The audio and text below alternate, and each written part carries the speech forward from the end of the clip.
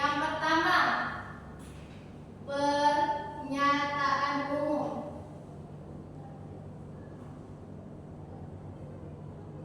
Yang kedua ada deret penjelas.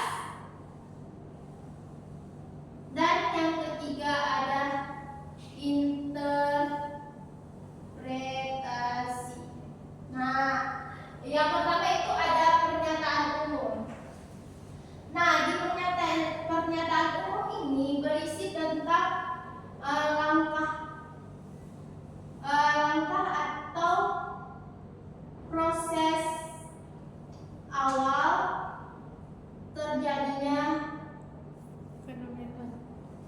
fenomena, betul.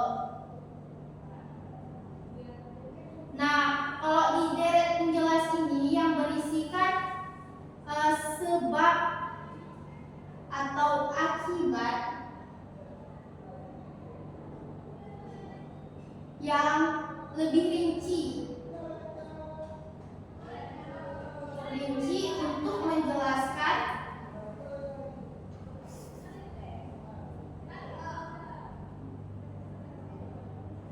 atau mengembangkan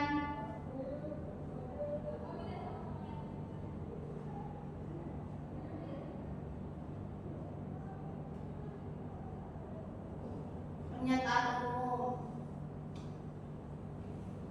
Nah, kalau interpretasi ini yaitu berisi tentang simpulan atau ringkasan singkat.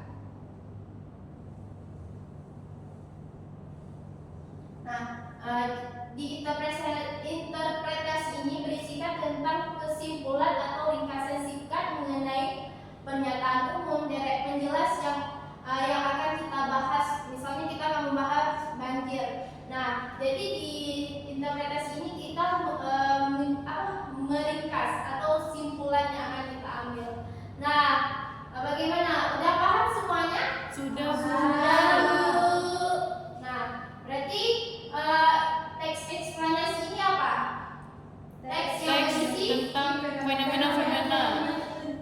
Ya, teks eksplanasi itu teks yang berisi proses terjadinya fenomena-fenomena tertentu. Dia fenomena tersebut memiliki tiga. Yang pertama ada fenomena alam, fenomena sosial dan budaya, dan mempunyai struktur pernyataan umum, deret penjelas, dan interpretasi.